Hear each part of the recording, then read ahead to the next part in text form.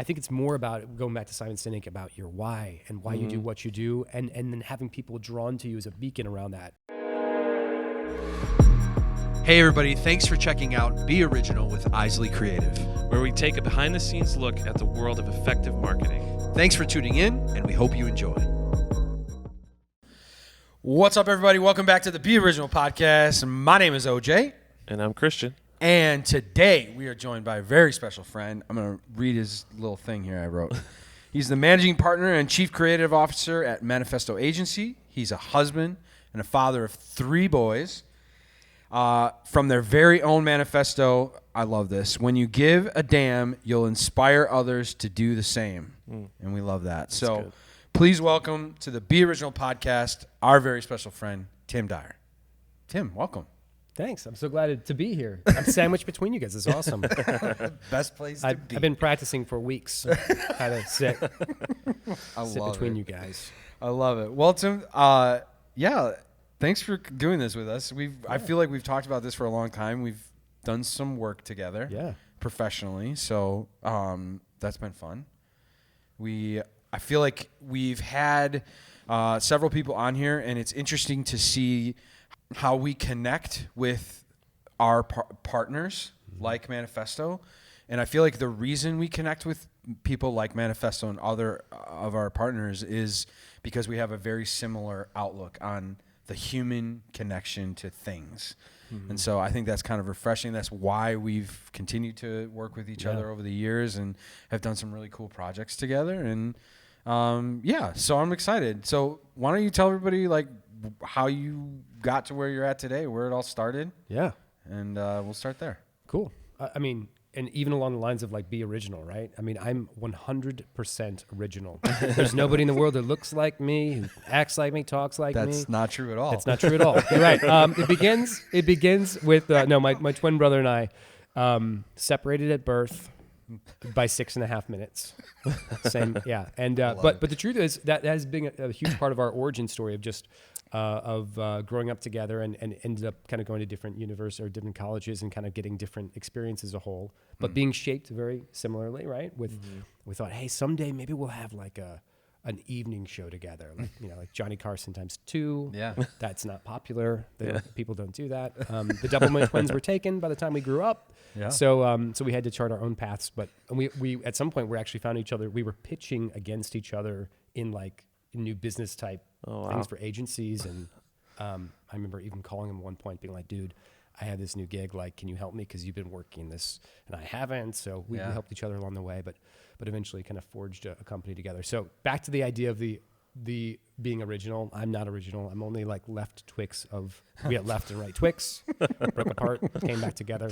I love that. Yeah. That's good.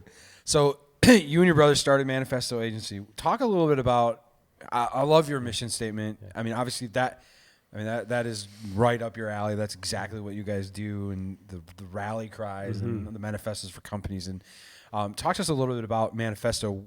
What was the purpose of it? Why did you and your brother join together and do this adventure? Yeah.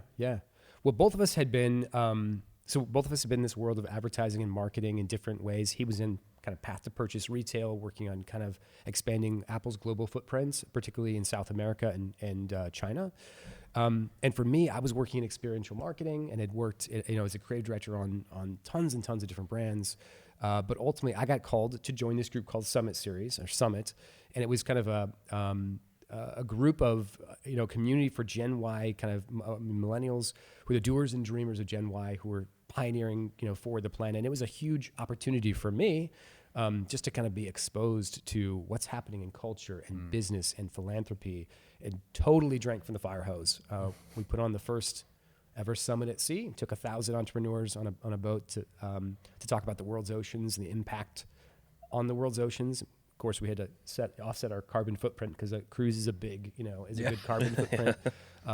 And also, and a lot of things manifested from that. But that experience working on the summit team as a calling into entrepreneurship also brought Dave into the community a bit, and we caught incredible.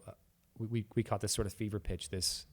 Had big eyes for the entrepreneurial scene, and certainly saw the impact, particularly at the world where like we knew that consumers, and not just consumers, people, humans, like they want to know more about the brands that they're engaged with, and they actually want to they want to do business with brands that like care and have purpose and meaning. And so we saw it as more of like the time was right to launch an agency at this intersection of cause, commerce, and innovation that really began to look at the heart and soul of brand and what it means and how to rally humans around that. So that was kind of the origins. And we started in a coffee shop, no clients, no money, 2 different places at the same time. And sounds about that's right. Awesome. Yeah. So can you maybe define the word manifesto? Like what does that actually mean when you're in a client meeting and you're pitching? Like what does that actually mean to big brands? Yeah. According to Webster's dictionary, I'm just kidding. I actually don't. No. I can tell you more about the impetus and the idea and the cultural cachet surrounding it. But as a name, we chose it for intention with this idea of saying the ratification of beliefs, the expression of these beliefs that you hold dear, the public declaration of those beliefs to enact change. And to kind of and to rally people together. So ultimately, like we look, and if you look back in history, you'll find it like by insurgents and dictators, but also people who are forming rebellions and revolutions. And so the name, I think, has divisiveness to it. It also has a lot of positivity, but it's one of those things that you can either, you cannot ignore. You can either like, it's warm or it's cold, but you can't ignore that name.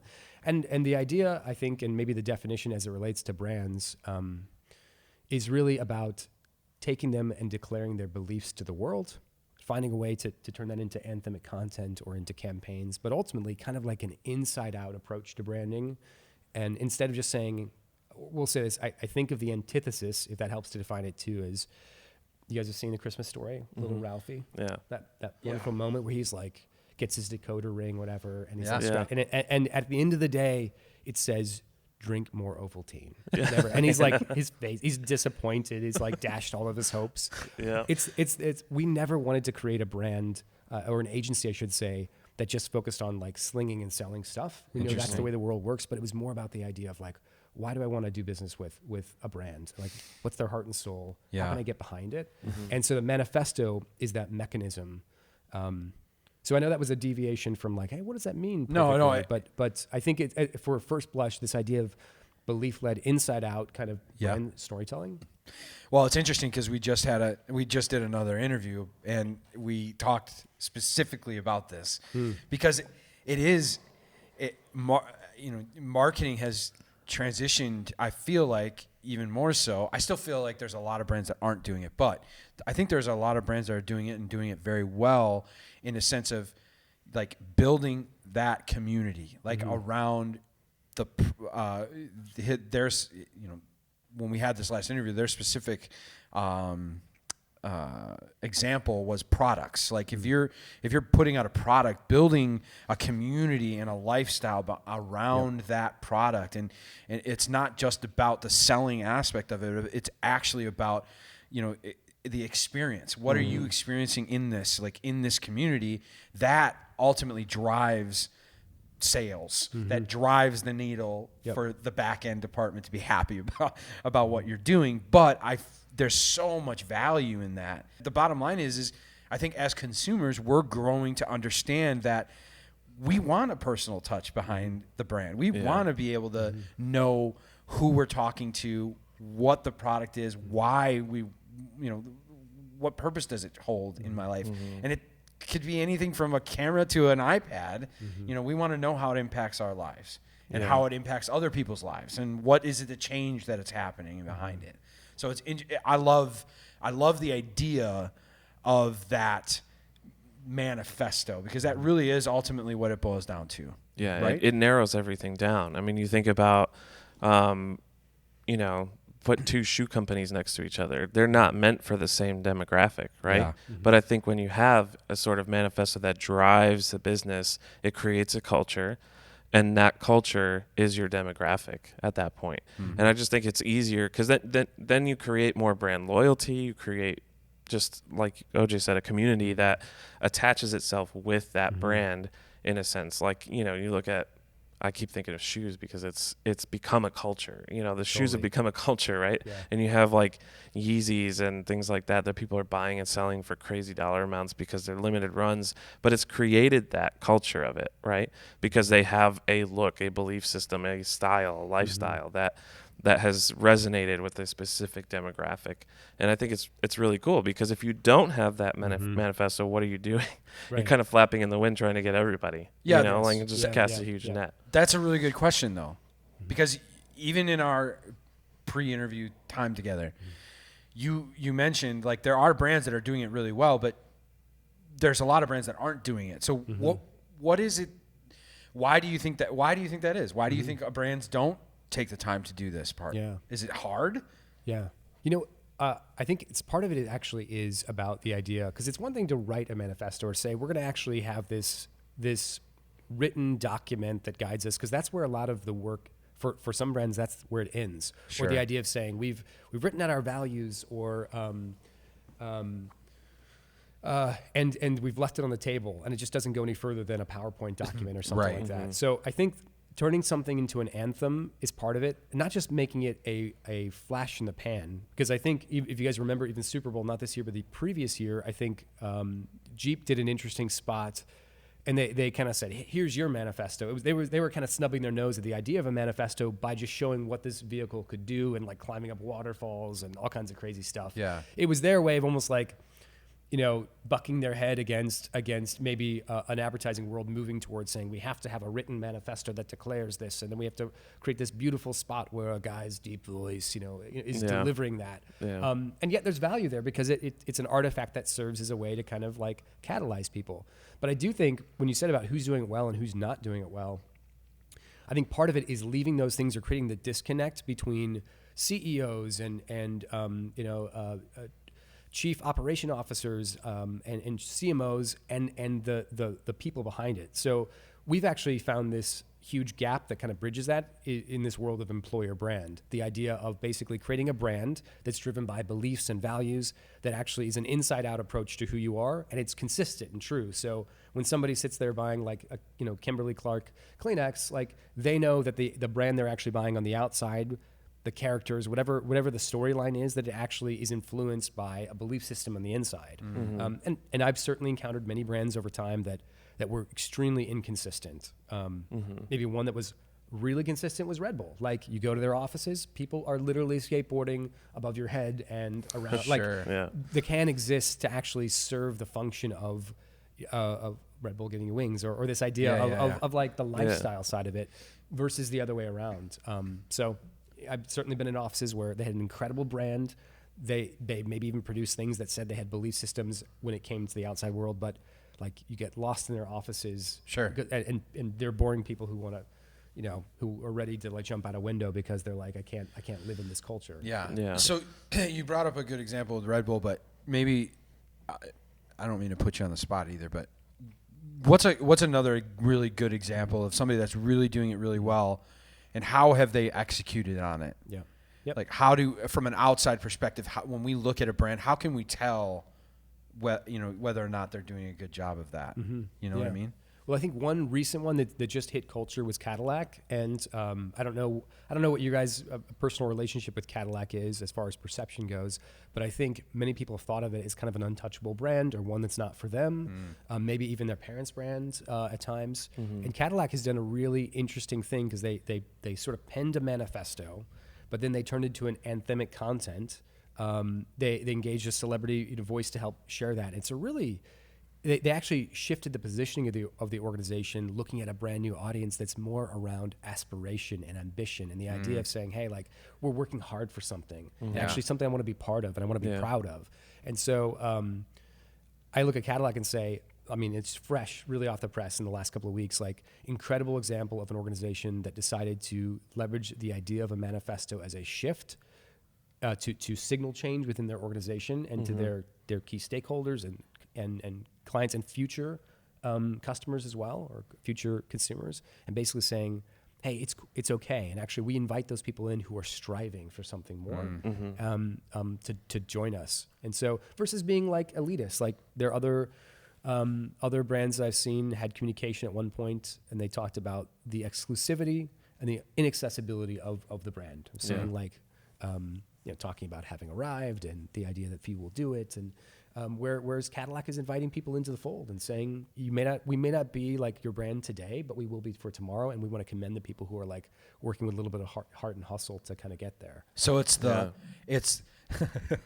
you're gonna love this. It's the Fire Festival versus Cadillac. Yeah. Yeah. There we go. Oh man, that's a great. That's like the alternative, yes. right? Like Fire Festival is exactly what you talked about. Yeah. I mean, obviously, Netflix and everybody else jumped in on it, but I mean that was it. Like there was a time where, and I still think we're still in it, where it's like this unattainable like influencer, like it lives up here, these big brands live up here, like the only way to get there is through this channel, like you have to be a part of this if you're going to be the next best thing, like all the big names, all the big brands are part of it, you have to be too type thing. And it's like, I don't know, I don't really care that much about stuff like that me personally, but I think it's the accessibility. People are actually caring less. They're not holding these brands in such high regard like they always were, and I think Cadillac is recognizing that 10 years down the road, Cadillac's not Cadillac anymore. You know what I mean? Right. Or Mercedes isn't Mercedes, or whatever. And there's obviously a lot of industry related reasons for that, but also just culture. And I think like you brought up the Jeep ad and things like that, where it's no matter how hard you try to push away from it, or whether you have it written down or not, every company has a culture. Whether it's chaotic and multiple things going in multiple directions, or it's streamlined and clear. And the ones that I think are chaotic are the ones that are having trouble. And they're, maybe riding off of an old spike in their sales or, impression on people.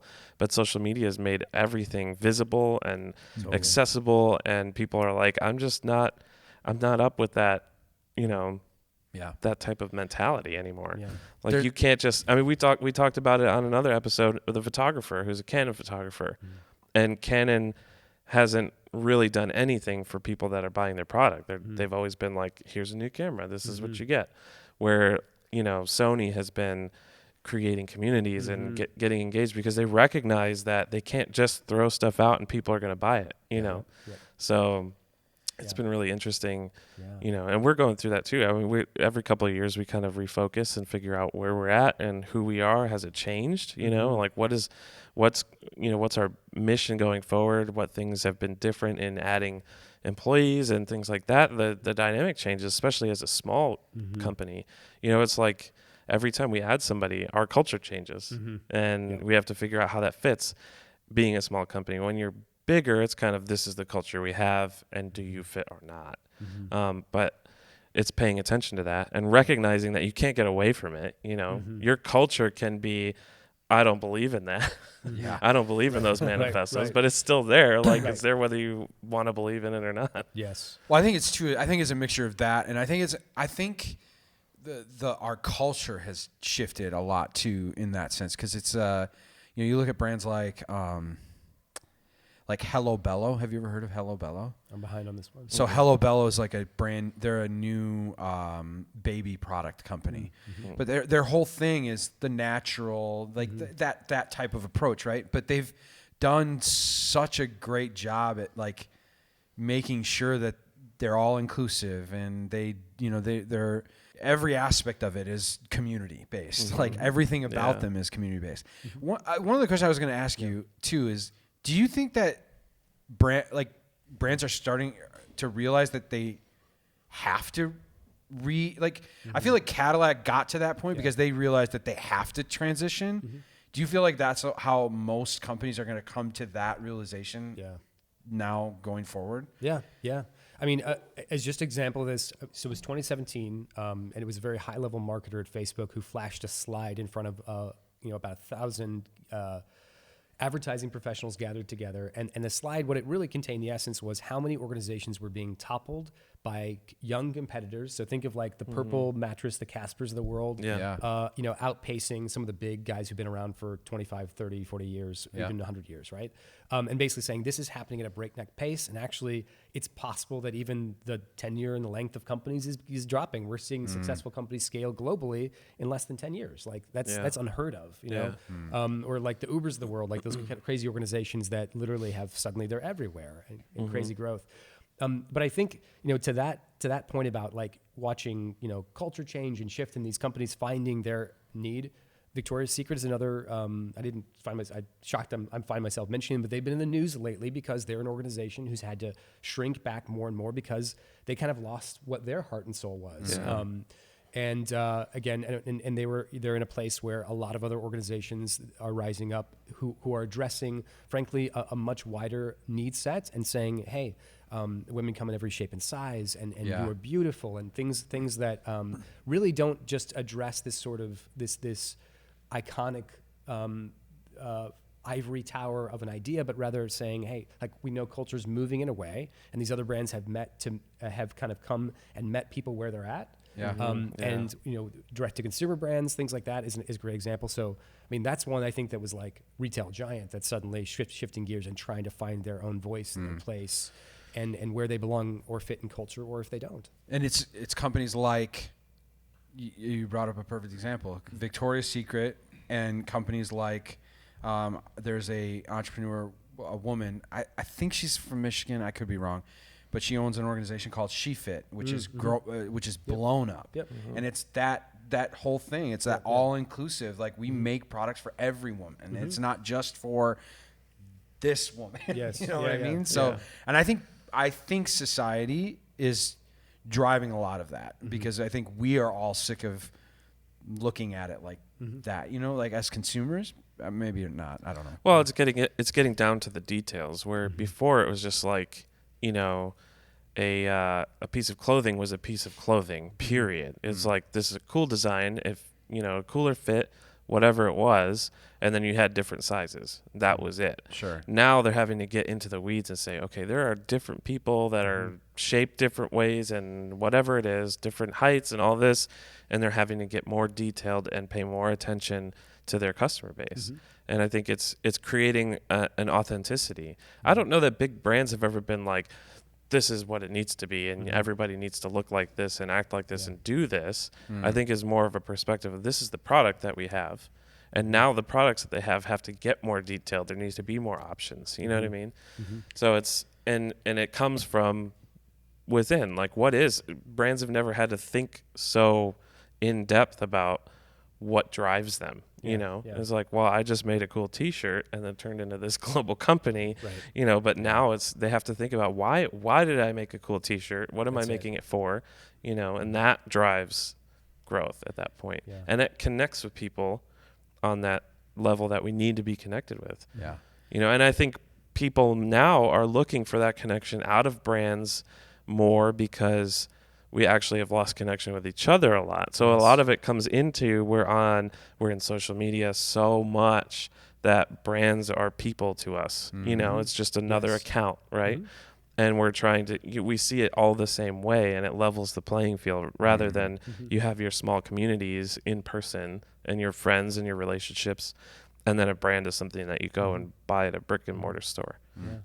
It's a totally different dynamic. On that front, and I was listening to some research that was presented by some students at University of Missouri at Columbia they're presenting what they call Yaya research. So this is like 18 to 24-year-olds and what they believe. But they were making a convincing argument that basically that young people actually feel kind of lied to in culture. And so there's a belief that brands, it's sort of like the age of brands is upon us, where brands can be friends and allies and actually will be truth tellers. And I think that too is an underlying current to say that in this age of a brand, especially when we look at the way like social media is being used, right? I think of like Popeyes. I know Wendy's actually had they were poking at Burger King the other day. So they're actually behaving like humans in some sense and getting more licensed to do so, which is kind of cool.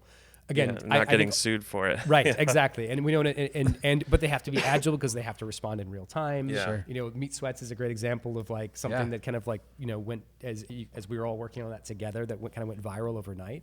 But I think these brands are discovering their agility, their ability to relate to people, the human side of it is essential.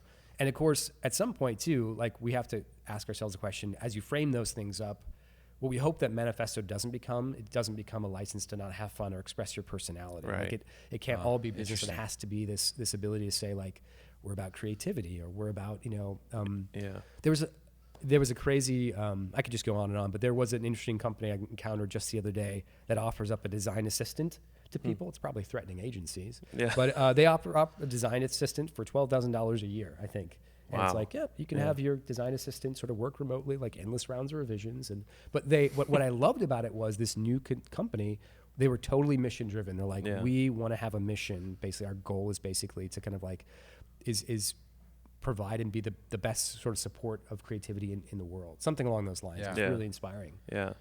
It's important because you recognize problems, and that's every business on some level is solving a problem that we have regularly, right? Yeah. And we've had to pivot a lot based on that too, as a, you know, starting as a audio company, turning into a video company, and then adding social media into the mix, and then saying, okay, is this right? Is this right? Should we be doing this?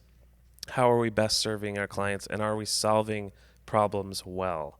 You know, and it's changed everything. Like my perspective on, you know, video production from when we first met, it was a very different ball game, and that was not even 10 years ago. Yeah. And you guys still did great work 10 years ago and today. So but I mean, with back in that time, it was, you know, budgets were much higher.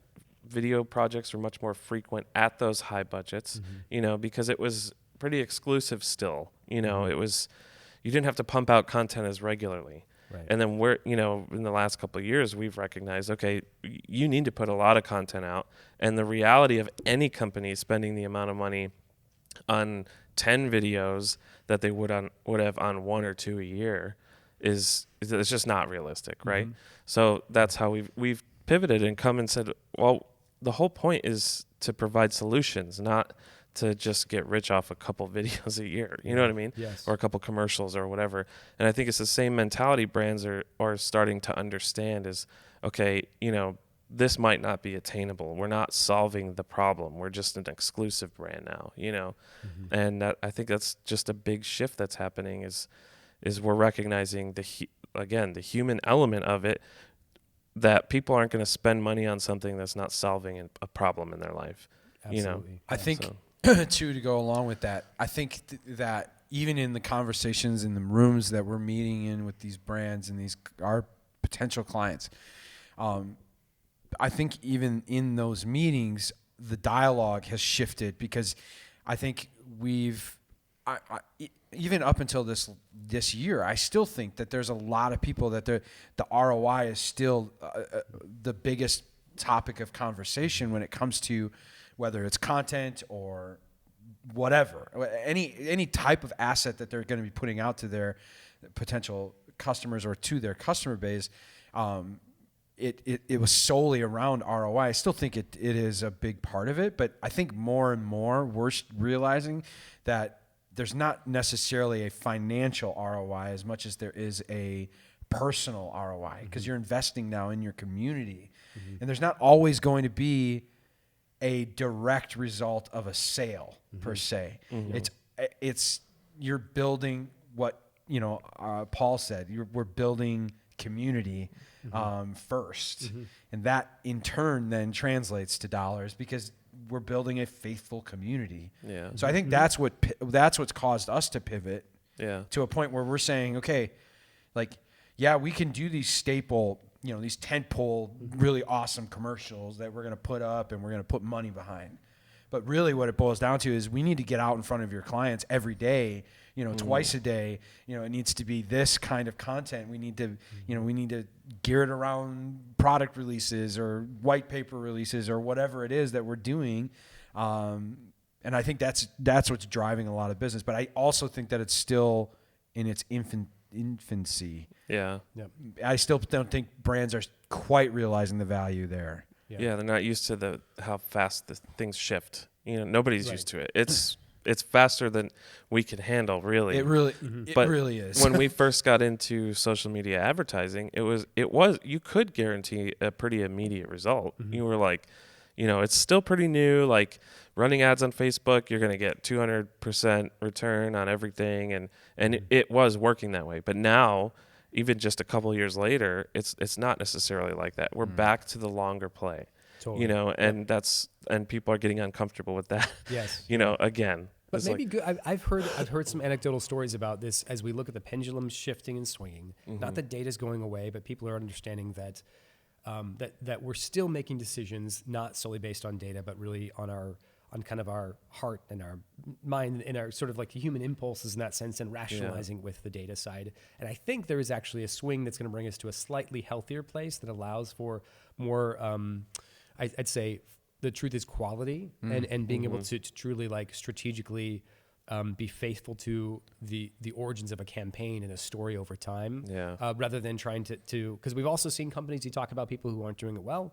We've definitely engaged quickly where people want to see results really fast, and they actually, their own internal churn creates and turnover in people and roles and responsibilities means that suddenly you've got a brand manager or you've got a person who's in a role who's not there in 12 months. Sometimes it's because they're moving on to the next thing, but you can't keep a consistency. You can't actually communicate with someone over time and nurture that if you're shifting and moving constantly. Well, it goes in full circle, right? Because what you're saying is, if I understand it correctly, what you're saying is you're building, a lot of those brands that are struggling with what you're talking about, the churn rate of their employees and everything always changing. If they take a step back and they invest in that inside out style of marketing, I think it ultimately might maybe not fix it, but I definitely think that it makes it easier for them to make decisions for that long play, because it's not necessarily then about it's not about the per se the person that's in the role. It's in its entirety, the company in its entirety. This is what we stand for. This is what we believe, and this is what we're doing. And we're putting out this content. We're doing these things. Do you find that maybe with that turnover that it's harder to create a manifesto in a sense, like, because people have an effect on that. So let's say, for instance, Manifesto is hired to do a campaign, and the person running that maybe it's a 12-month campaign. The person running that campaign's gone halfway through it, and somebody new comes in, and they're like, "Well, I don't know if I believe in this campaign." And even if they don't stop it, if they don't believe in it, it's probably not going to do well. You're not going to get the time and attention or resources that you need to see it all the way through to the end, right? And then that in turn could end up reflecting poorly on Manifesto, right? So it's like this weird vicious cycle. But do you find that it's harder or better, because the flip side of it is that people hiring these positions can use a manifesto to find the right people? Right? What are your thoughts? I do think there's probably some delineation between the idea, and a lot of the work we do actually involves other groups like human resources as well as the CMO, because it's this is all new territory, right? Because brands really haven't historically had to think of themselves as their people who work for them being a manifestation of the brand, but we know by behavior, like you can have a CEO who's ousted instantly if he didn't adhere to company policy, and suddenly your brand takes a hit. So does your stock, right? All of those things, we've seen that happen with huge global brands. So the transparency is there, but I think the part delineation too is around the idea of a campaign, which might be against a product or something like that, and something that's going to be more lasting over time. And usually, what we're hinging, while we're doing campaign work for sure and launching brands, a lot of it, and we use the manifesto sometimes as even like Amazon Prime is a great example of one Amazon approached us and said, can you guys write the manifesto for Amazon Prime? We've grown to, what's our heart and soul? We've grown really fast. And that was just a project to help them kind of solidify that. In other cases, and that's framed behavior over time. In other cases, whether it's Starbucks or whether it's another organization, they're going to use that as the framework to actually have a strategic initiative that lasts years, possibly. Whether it's their point of view towards social impact, or whether it's maybe going to guide their employees' actions, or even for Intel, wrote the Intel Employee Manifesto that then became an anthem and really has become almost 5 years of successive work in iterations. But the business has changed too, so that's had to adapt and take on different, Okay, so this is a question then too, because do you find, okay, when you're walking into an organization and you're tasked to build this anthem, in your experience, is it harder? I'm trying to think of the best way to say this, because it's people based and you're going into these organizations, do you find that it's really hard for some organizations to find that, because they've been so product focused or so service focused that it doesn't actually have anything to do with their persona, like who they are as a human, and it's so different. It's so drastically different. Like how do you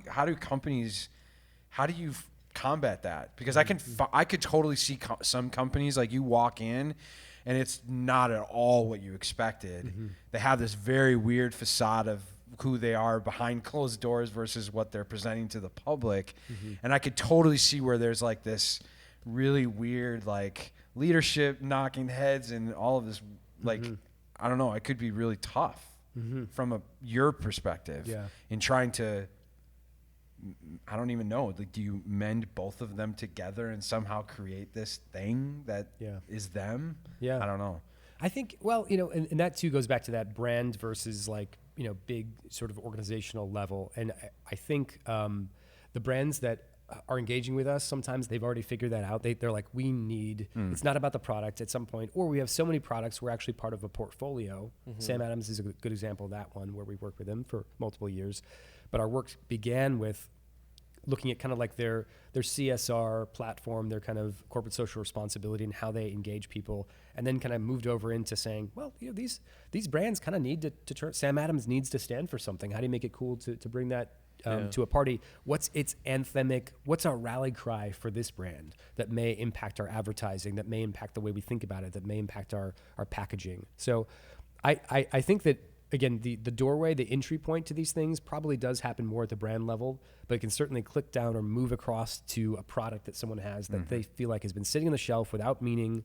And whether it's an Angry Orchard, as an example, or launching rosé, that it may be more about, to a Kentucky Derby audience, right? Sure. And this idea of unhinging kind of the belief system behind that certainly can translate. But I do think that we'll say, for as many times as we've encountered the difficulty of translating those things, most of the time there's a poise that an organization's like, we need this at some level. Yeah, I mean, if they're engaging you at that point, they've already come to the realization that they need something. Like something's off, or something, they need to create something because it's just kind of all over the board or whatever it is.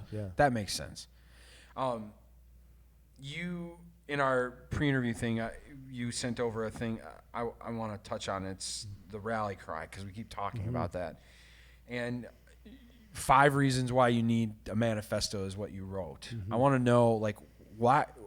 I mean, even for Isley, like, why do we need a manifesto?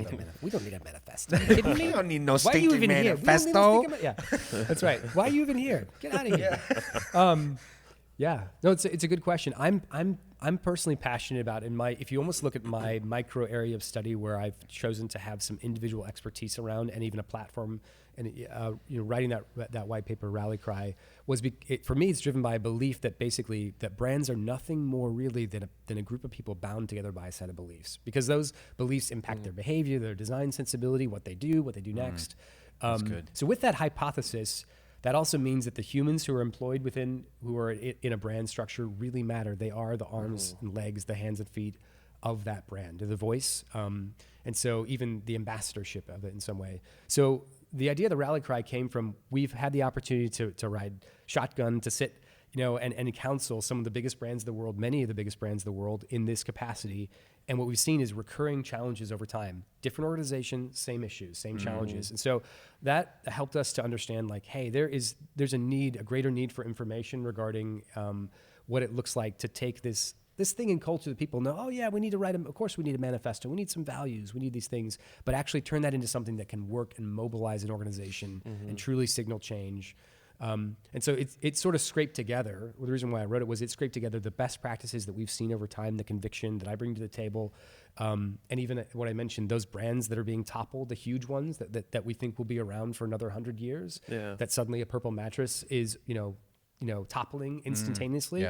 it's with that orientation to say this is a business imperative, not just a nice to have. It's a need to have. Yeah. Interesting. And of course, when you've got a global audience of, you might have 100,000 employees across the world or 5,000 people working decentralized, working from home offices. Yeah. How do we feel drawn up into be something greater than ourselves? And that's what people are craving. We want to be part of something greater than ourselves. Yeah. And so scratching at that was what this white paper attempted to do. And it's gotten a fair amount of attention from brands, and even got a call from the Army at one point who was working on a culture change initiative. That's awesome. That's very cool. We should definitely post a link to it or wherever you have it. We'll have to do that. Because we're going through the process right now. Like when we first started, we read a book together and we did a couple things. And I think, like we talked about, things have transitioned so much. We've pivoted so much from when we first started. And, it's hard to look at, what we had previously and to what we have now. And because it's just so different and it's not the same. The other part that we can accredit that to is, we've learned a lot. I've learned a ton, in the 5 years that we've been doing this. And I was telling Christian after our last recording, I finally feel like we're at a point where we can actually intelligently speak about this part of the world and this part of business, because we've been doing it for a while, and albeit we haven't been doing it 100 years, but we've learned a ton. Yeah. So it's been interesting, because even us as an organization, do we have a rally cry? No, I mean it's evolving. Somebody, we look, Well, we just looked back at our original notes, and we saved all our pages because we started with 4 partners, and all 4 of us wrote down our perspectives on everything we were reading and going through, and some of the things were very different, some of it was similar, but it was just funny to go back and look at it. So some of those things I don't think have changed in our nature. This is what we desire, but what we actually do is a lot different. And so now we're going through that. OJ and I have been going through that a couple books recently to get through it, but we recognize the importance of it because we've been bringing people in and all sorts of stuff, and it's like how right now we have a culture that's created by kind of just personality, rather than this is who we are. You can look at it, read it, and this is what we're doing, right? Yeah. So no, I would say we don't have our own manifesto and rally cry just yet. Yeah. It's interesting because I feel like it adds a whole different dynamic. Yeah. As much we're in it. We own the business, so we're in it. We know we have to do something every day to make sure that this thing continues to grow. But I feel like it's our outward expression of who we are. Yeah. Yep. And that's one thing we talk about all the time. We joke about it, but for instance, my dad, he doesn't have any idea what we actually do or didn't for a very long time, and it was just kind of comical because to us it's well, yeah, I know exactly what we do, but maybe it's that outward expression of how do we portray it? Yeah. Which I think is the same. And it's funny because that you say that, because I was thinking about that. That's kind of the problem that we've been trying to solve with our clients is, okay, maybe they have a manifesto. How do people know about it? Right. What's the next step? Where do we go from there? Yeah. Right. And, for us, it's creating that. I mean, the podcast has been a huge part, and it comes from our focus on the importance of putting things out and getting things out on a regular basis, and that's why we started the podcast. It was just for us to create content. It really was, here we're learning. We're new. When we first started it, we're new to all this. We're learning, and we're going to share what we're learning. And it's really still like that. We're constantly learning, and now having guests on every episode has been super cool because we're learning from a lot of different perspectives, from agencies, from creatives, we had a headhunter on, and just all different perspectives, and it gives us the opportunity to say, we're still doing this. We're creating this content because we want people to know us. And once we have a manifesto, that'll be a lot easier to portray in other ways. But at least it gives people the opportunity to see who we are and what we care about and why we do what we do. Yeah. So it's the same thing. We're just doing it on a level like this. I think for you guys too, and just a couple of thoughts on that. I think one of the thoughts about framing up, if you're even considering about your own sort of manifesto and saying, is this an area of white space that we need to fill in some ways, is maybe not even linking it to what you do, but why you do it. And I think it's a good litmus test to look at kind of a manifesto. Again, if we look at just the artifact itself of saying, does this rally cry declaration, could we pivot into a slightly different business and would it still serve us in the same way that we know that the Declaration of Independence doesn't necessarily change because we have amendments to the Constitution. And again, those things might be vastly different things. I'm stepping out into a world that probably I don't know as well, but I guess I'm bringing the point to say, I think it's more about going back to Simon Sinek about your why and why you do what you do, and then having people drawn to you as a beacon around that. And so I think about for you guys, like even this podcast as a way of getting curious and being curious and creating something, and knowing that at the heart of curiosity, comes part and parcel with connection, and connection is literally the impetus of all creative. Seeing connections where other people don't, and bridging them together. So I think your lexicon is increasing, your wisdom is increasing, and certainly like the engagement with the world and as a whole is also increasing. So it's an awesome thing to be able to. I'm sure to have guests on all the time. I'm jealous. It's fun. Well, and Christian said it earlier too. Like we were talking earlier. The podcast has allowed us to take a lot of different areas, but it's interesting that we keep coming back to some of the same conversations. It's that human to human connection. Like even with a headhunter, a LinkedIn influencer, an Instagram influencer, an agency owner. We've had 2 agency owners on with us. Like we all literally have all touched on the same exact thing of that human connection. And I think this is exactly what it is. It's the conversation. We don't have to, I don't think it's expected for us to be the experts in every single thing that we talk about. I think it's more so of us just being like, hey, we're putting this out there. I might sound like a babbling idiot some of the times, but I'm learning. You're learning. I hope. Absolutely. Yeah.